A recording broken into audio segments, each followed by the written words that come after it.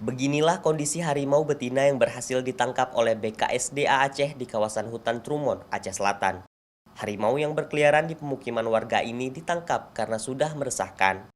Berdasarkan informasi warga, harimau itu sering berkeliaran di seputar pemukiman penduduk sejak akhir Maret lalu.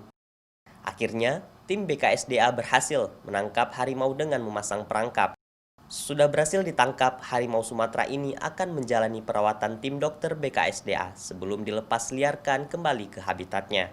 Segera mungkin ya, karena kita ngikutin prosedur pelepas liaran, kita harus cek dulu kesehatannya.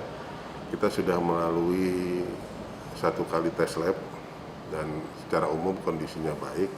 Namun untuk meyakinkan kita akan lakukan pengulangan tes kedua pada hari Jumat. Kondisi harimau terlihat kurang sehat. Pihak BKSDA pun memberikan perawatan serta pemeriksaan khusus untuk harimau betina ini. Nova Misdayanti, Kompas TV, Banda Aceh.